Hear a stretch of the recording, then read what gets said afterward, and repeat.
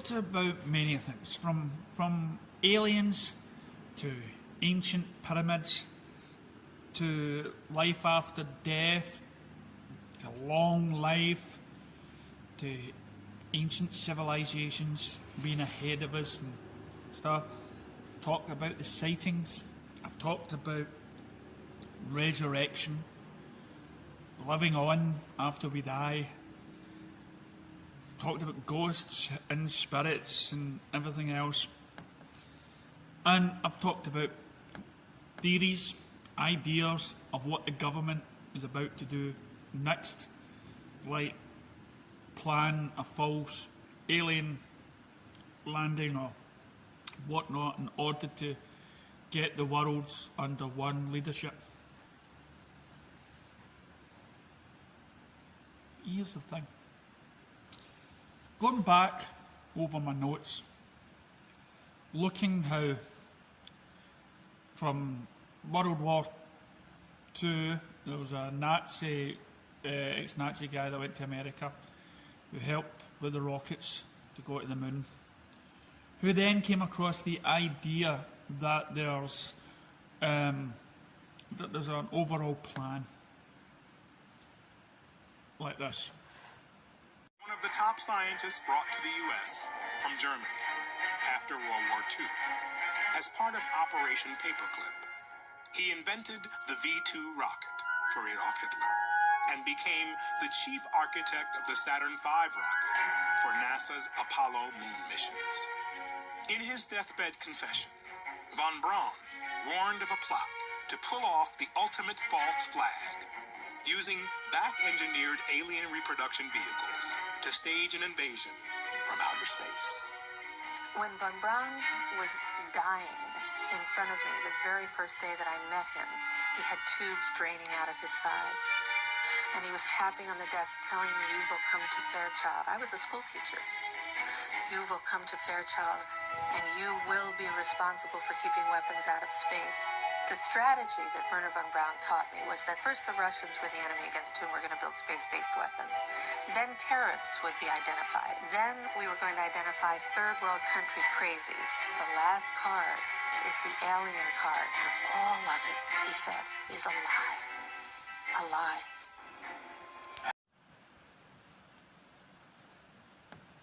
And we think, my God, so what, are they going to stage the overall plan? They were going to stage a false alien landing in order to bring the nations together. And then my worry is, you know, what we're painting the aliens as the enemy. And then I thought, well, why is that? Why are we painting them as an enemy? Because there's evidence and proof out there that they've been here all this time. There's been talks about Stargate. Places in the world that seem to be open, seem to be a portal from one dimension to the other. Scientists have even theorised about these Stargates, about how it's possible to travel, wormholes, the whole lot. And then I came to think, and then I watched this wee girl, and she was actually playing some sort of I don't know, alien on TV or something, and she was asked, "Do you believe in aliens?" Well, no, they would have made themselves, you know, visible by now. You know, they would have came in contact by now. whoa, and I've always said, no way, no, we ain't ready, right? But then I look at the plan. I look at how things have transgressed. And I remember that feeling worried and anxious that the fact that these people that said that these things were happening has happened from you know, war in the desert to terrorist attacks to maybe a pandemic and to all these things that have came forward as came true. And then they said, but if we stand back and we listen to the stories that are out there, that people have claimed to have done. They've claimed to communicate with these aliens. And these aliens, some of these aliens, have said to have a base, as they say, in Antarctica, and the government and whatnot is down there. Scientists have been flown in, and they're talking to them. And then it says, well, why would the human beings stage a false alien landing? And maybe that is also a part of the plan. There is evidence out there that states that we existed and we got to a state of being when we were one talking to these aliens. That there were vehicles back in the past that had flight. If you look at the drawings, there was evidence states that there were certain beings that lived for 1,000 years, that had the knowledge, the DNA, the tree of life, and these people existed for a long, long period of time. And they were leaving some sort of obelisk in order to inform the future generations to not make the same mistakes we did. And we find ourselves in a state where we believe that the last 40 odd years, 100 odd years or so, has been planned, not just by us, but with us and the superior beings, aliens. Now, they've never gone away. There's evidence that state that they've always been here, guiding us. There's reports of alien crafts near air missile defence bases that have shot down these weapons of mass destruction. And Travis, from America, who went missing in the mountains, was brought back down. There's people claiming that hybrids of us and aliens are mixing. And some people are worried about that, but they shouldn't be, because, as I say, it's the DNA. Where did this DNA come from? It could have came from these beings. And they're trying to prepare for something further down the line. But sadly enough, we are thus consumed by our earlier beliefs that the aliens were here trying to guide us by posing as these messiahs, but making the fatal mistake that we could believe these religions and these rules and then throw it back in their face, because we have grown this sort of humanity within ourselves where we can overlook that, where we cannot overlook our differences. So again, we are somehow teaching them how the superior beings of knowledge, but not of the heart, and we are teaching them. And there was even a report saying that, that this pilot who had came in contact with one said he had all the knowledge of the cosmos, but he also had the mind of a child. And as I say, we all say that same old thing. Just because you know a lot academically doesn't make you smart.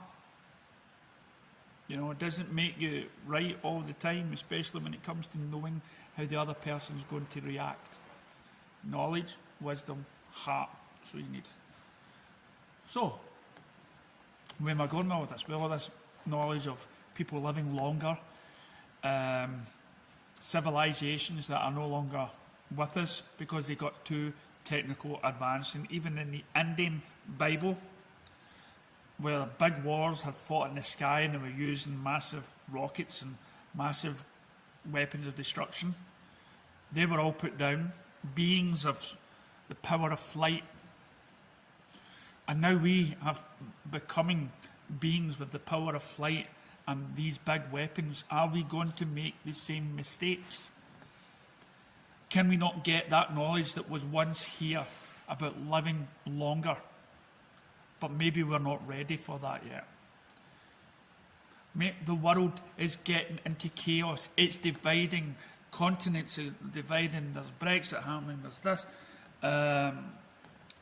War is happening and everything else. There's Black lives matter, white lives matter, Caucasian lives matter. Do you repeat it out of the EU? America's presidents turned the table back a bit, then we're putting it forward. We put somebody else in order to get it back on track. So maybe this is what we need. We need to get rid of religion, and we need to start looking towards the stars. We need to find another way to coexist. And what better way to uniting the earth, to making us realise that our DNA strand, with the DNA strand, we're all connected. We're all one people, and we come together that way.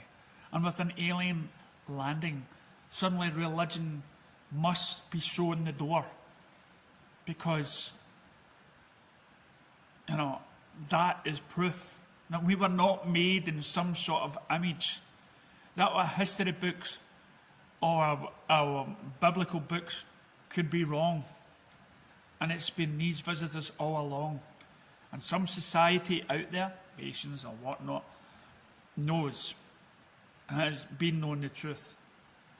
And this is the only way in order to get the world and get our generation on the right path that the last lot failed to do. We need to make sure that we're not facing our own dark ages, our own extinction, by being not ready. We do not want to be started again. We can do it this time by just bringing people in, by letting go of the hate, by letting go of religion, and think of life as a wonderful experience, and that death is no longer on the table. There is life after. This is why something like that could be planned. It's a wake-up call. And I honestly, probably now, as I look at the tolls from different places around the world, 70% of the world now believe that aliens exist. The possibility, religion dwindling. So with that 70%, we're ready to embrace the truth. We're ready to unite, and not to make the aliens be the bad guys, but more of a Stephen King's Close Encounters of the Third Kind. Thank you.